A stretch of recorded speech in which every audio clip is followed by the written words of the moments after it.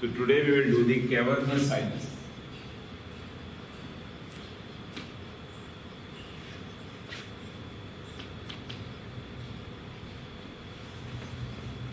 So cavernous sinus is the one of the intracranial intradural venous sinuses, and it is a very clinically important sinus.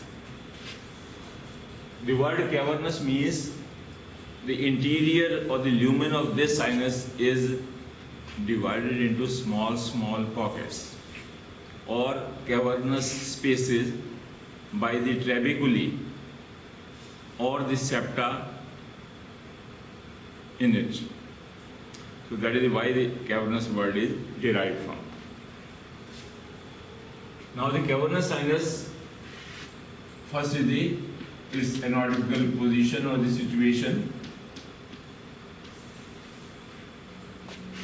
So in the skull, it lies on the side of the body of the sphenoid bone and posterior to the superior orbital fissure, but anterior to the apex of the petrous part of the temporal bone. So that is the anatomical position of the cavernous sinus in the cranial cavity. So it lies in the middle cranial fossa.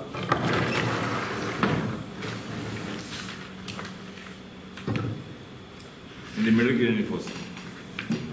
So anteriorly it lies the superior orbital fissure,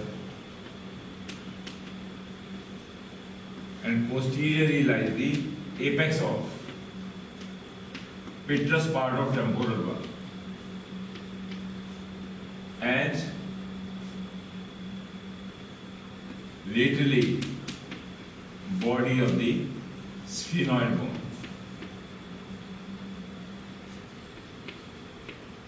So that is the anatomical position of the cavernous sinus in the middle cranial fossa. So we see the cranial cavity.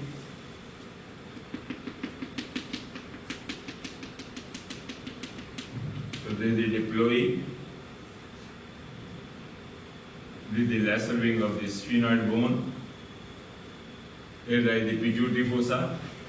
These are the anterior clinoid processes, and these are the posterior clinoid processes of the body of the sphenoid bone. This is the body of the sphenoid bone. Below it meets with the occipital bone, forming the basi-occiput. And here lies the petrous part of the temporal bone. This is the internal acoustic meatus. So this is the apex of the petrous part. Here it lies.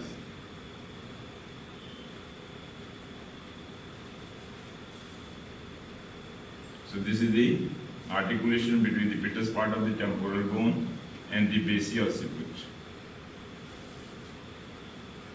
And here below this lies the superior orbital fissure. And here lies the optic canal, and this is the sulcus chiasmaticus. So this is the body of the sphenoid bone. This is the greater wing of the sphenoid bone.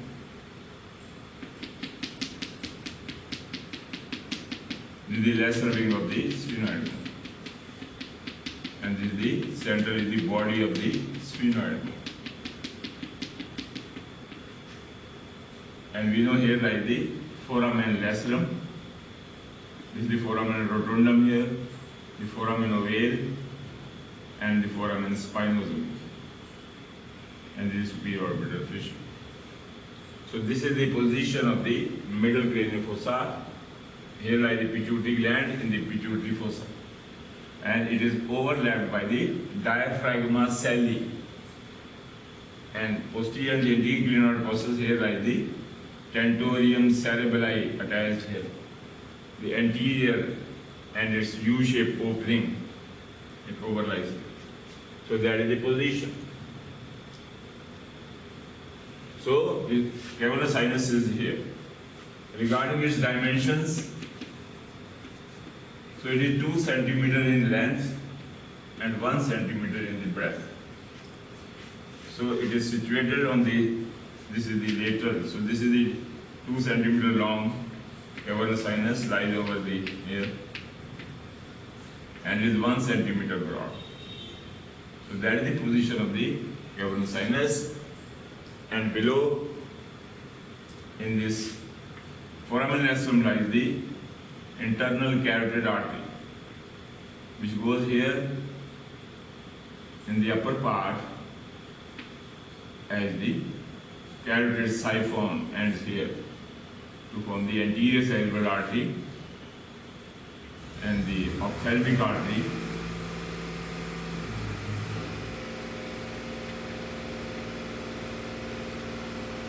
and it is surrounded by the sympathetic plexus around it.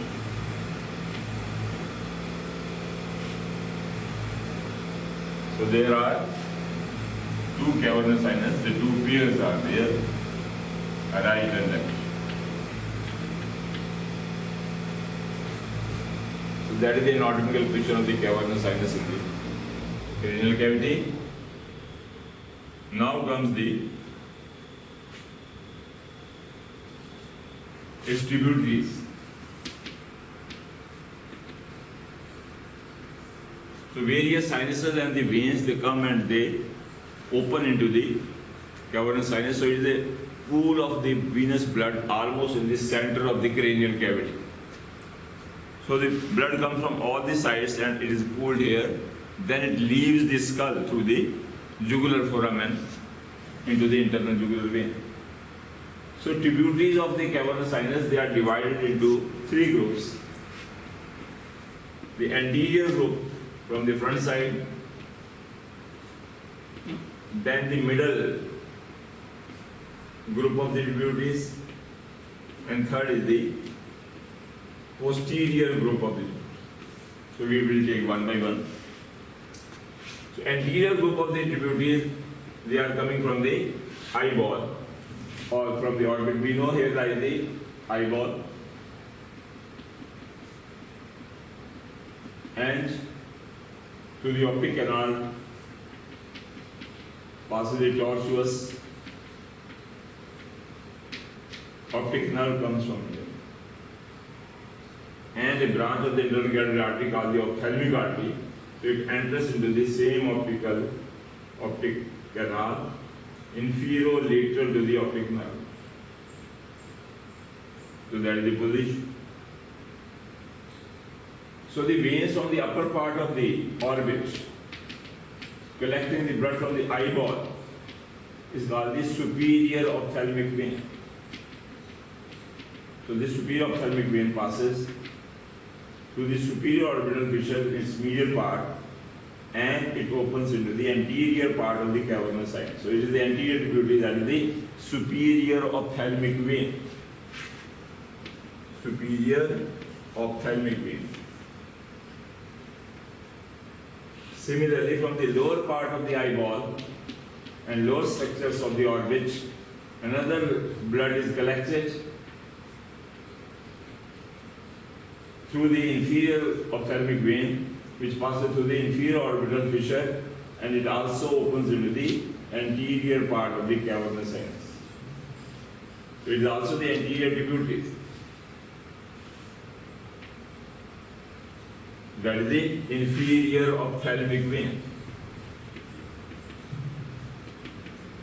Sometime from the retina, a vein along with the central vein of the retina comes in the optic nerve in the center and leaves the optic nerve here, and it also enters into the anterior part of the cavernous sinus.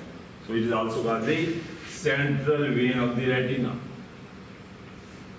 Central vein of retina. Then the impure blood comes from the shelf-like this projection formed by the union of the raceolus sphenoid bone and the frontal bone and the laterally parietal bone.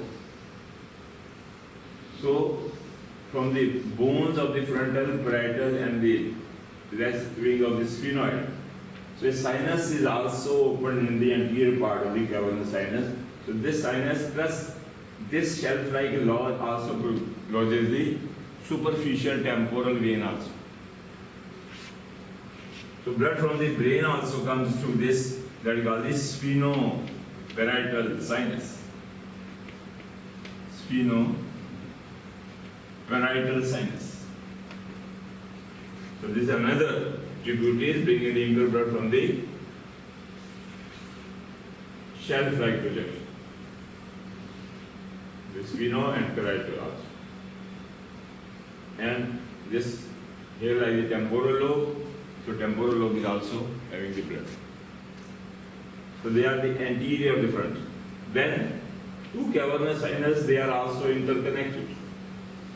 So blood from one cavernous sinus can go to the another. Same if the infection is in the one cavernous sinus, that infection can go to the another sinus. The infection is bilateral.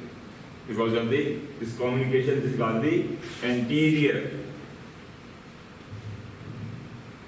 intercavernous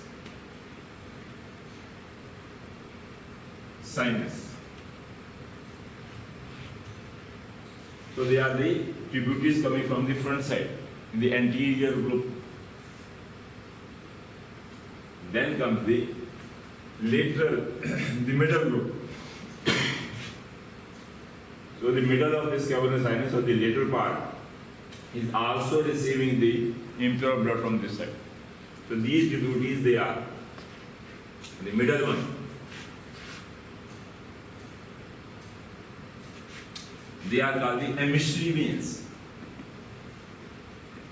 So there are 4 emissary veins are present, which connects the dangerous area of the face through the pterygoid venous plexus formed on the lateral pterygoid muscle. So 4 emissary foramens, they transmit the 4 emissary veins, which connects the pterygoid venous plexus with the cavernous sinus. These are number 1, the emissary vein which passes to the one is the foramen ovale, another is passing to the foramen spinosum, another passes to the foramen lacerum, and then from the foramen of the accessory sphenoidal foramen. So tributaries from the foramen ovale, emissary vein, then from the foramen spinosum, and below is the foramen lacerum is already below. So it is, and another is from the sphenoidal accessory. So from these tributaries, they are the emissary foramens. Then the anterior division of the middle meningeal vein also opens into it. Middle meningeal vein is the another tributary, middle meningeal vein. It also goes into the middle or the lateral part of the cavernous sinus. Then a sinus from the petrous part of temporal bone and from the squamous part of the temporal bone. Sometimes this also opens into the, this is called the petrosquamous sinus. Petrosquamous sinus, which comes from the petrous part of temporal bone and squamous part of the temporal bone. So it also collects blood and goes. And there may be additional mastoid sinus may be there from the mastoid process of the temporal bone. Mastoid sinus, which collects the blood from the mastoid process and from the tympanic membrane also. So impure blood also goes into the lateral part. Then here lies the temporal lobe, temporal pole. So the middle cerebral vein also is the one of the tributary. Middle cerebral vein.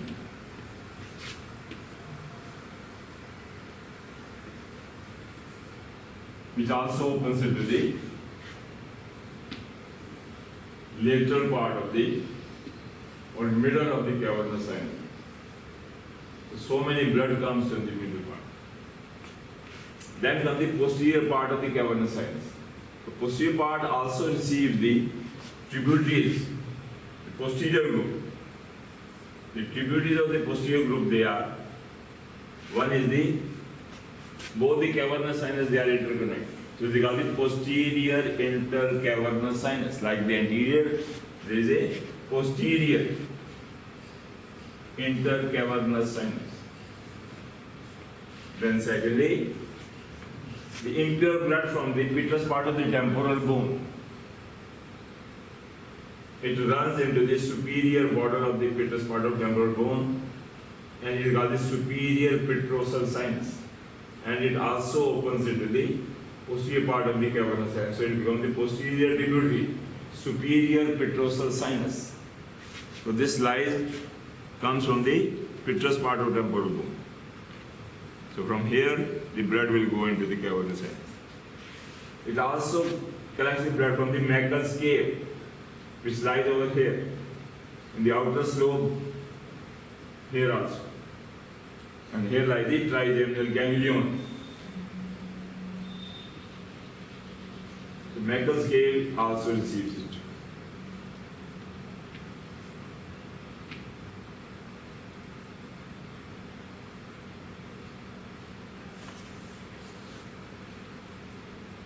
Then comes and the superior petrosal sinus also receives the impure blood from the internal ear and the middle ear through the labyrinthine vein. Plus it also receives the blood from the cerebellar veins, also opens into here, and from the medulla also, and from the petrous part of temporal bone. So the superior petrosal sinus receives blood from the brain as well as the bones of the middle cranial fossa. Then another tributary is posterior one, is the basilar plexus of the vein. Basilar plexus. So this basilar plexus formed here over the base occiput, or this is the clivus. So here a plexus of the vein is formed. One is coming from the foramen magnum. From the foramen magnum, the veins come from the spinal cord. So they are called which form the internal vertebral plexus. So anteriorly, internal vertebral plexus receive the impure blood from the spinal cord, and it is coming into the skull through the foramen magnum, along with the spinal cord where it starts. Then the blood from the cerebellum also comes, veins from the cerebellum, because we know the clivus is touched by the midbrain bones and medulla. So from the brainstem, midbrain bones and medulla, all the veins they open into this plexus.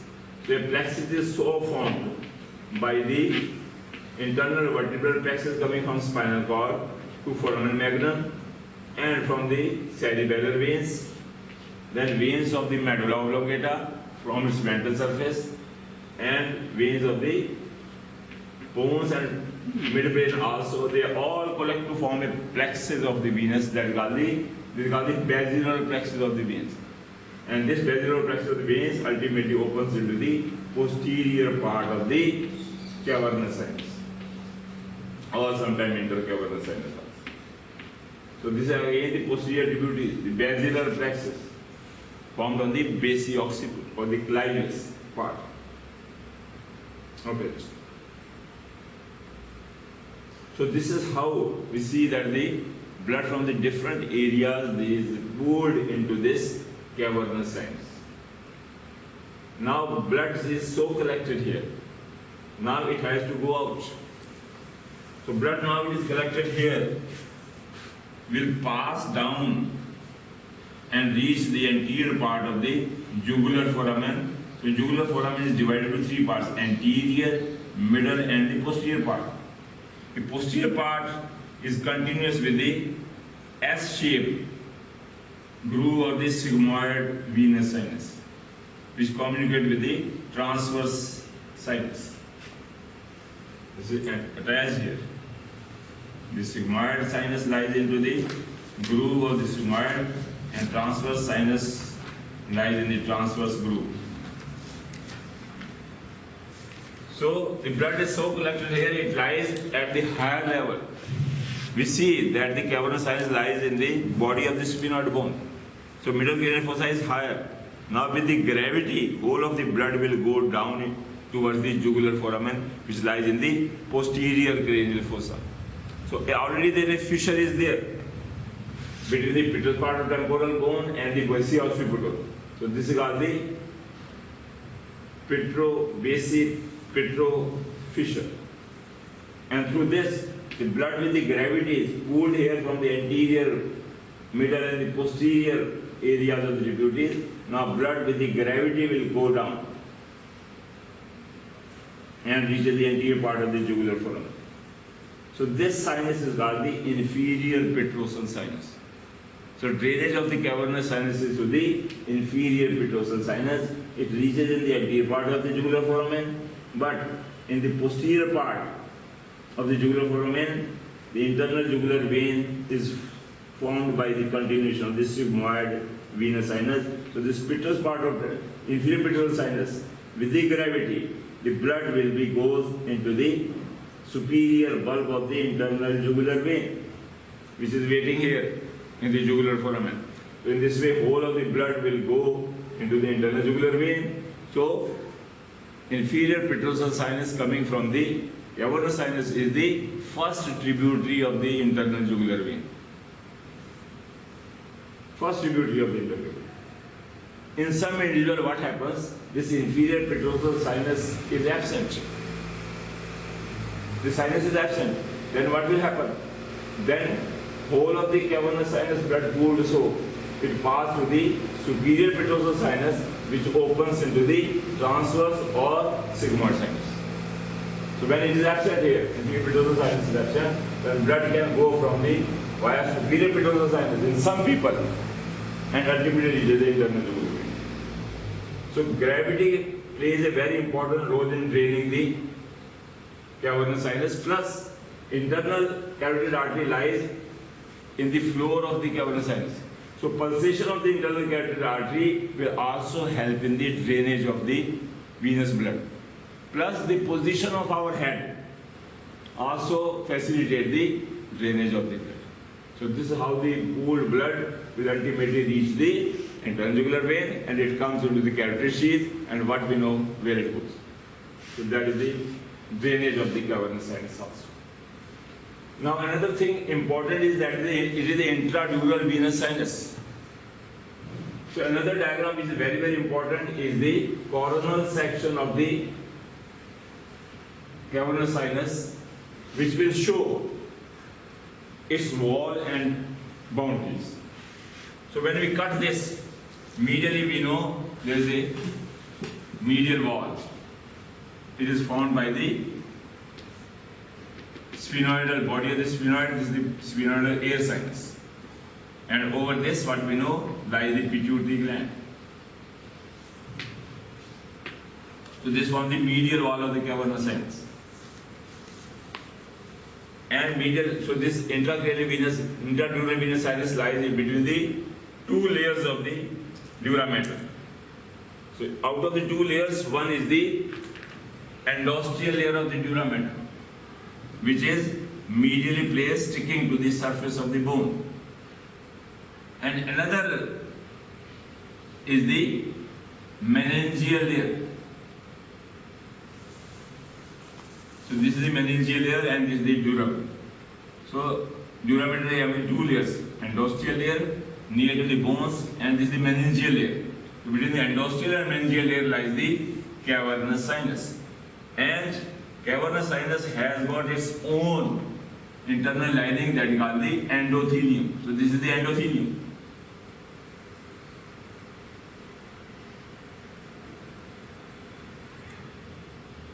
So this is the endothelium. And above this is the diaphragma sellae, which is the dura mater sheet, horizontal sheet, through which the pituitary gland is hanging. And this cavernous sinus is divided into septa. That's why it's called the cavernous word comes. So this is the cavernous sinus. So this is the lateral wall, this is the medial wall, this is the roof, and this is the below is the floor. So floor is related to the internal carotid lie into the foramen lacerum, and infero-lateral to it, you have to make a nerve that is the sixth nerve. You have to standardize here. The lateral wall is related to the four structures. Oculomotor nerve, the thinnest cranial nerve, that is the trochlear nerve here. Then ophthalmic division of the trigeminal here. Then here lies the maxillary division of the trigeminal nerve. And laterally, it is related to the uncus of the temporal lobe lies over here. Uncus. That is the relation of the lateral wall. So you have to remember OTOM. Oculomotor, trochlear, ophthalmic and maxillary nerve. Because below here lies the trigeminal division, that is the mandibular division below. Because here lies the trigeminal ganglion, it gives the three branches, trigeminal. One is the mandibular, which passes through the foramen ovale, and another passes through the foramen rotundum, that is the maxillary division. It touches the lateral wall. Third is the ophthalmic division. So it also touches the lateral wall of the cavernous sinus and goes into superior orbital fissure, which lies over here. The ophthalmic division, which will divide into nasociliary, frontal, and the lacrimal branch.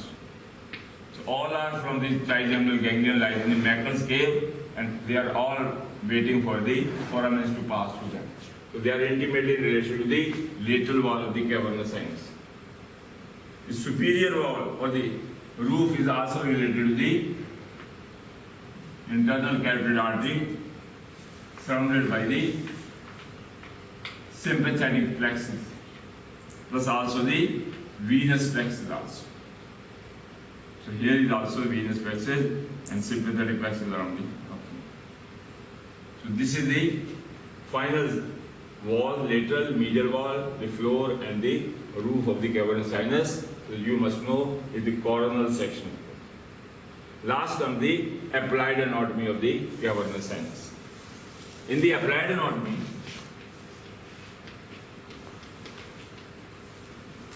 first is the fracture of the skull, and it leads to the pulsating eye.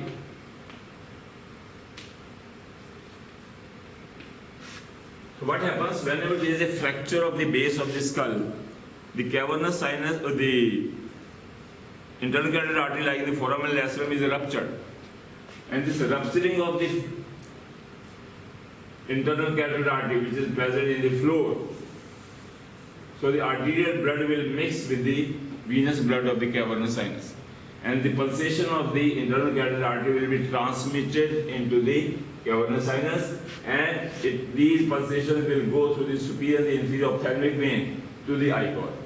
So the eyeball will be pulsating. Usually when we keep our fingers on the eyeball, there is no pulsation field. But in this case, the eye is having the pulse. So that is called the pulsating eye. And second is we have already done the dangerous area of the face.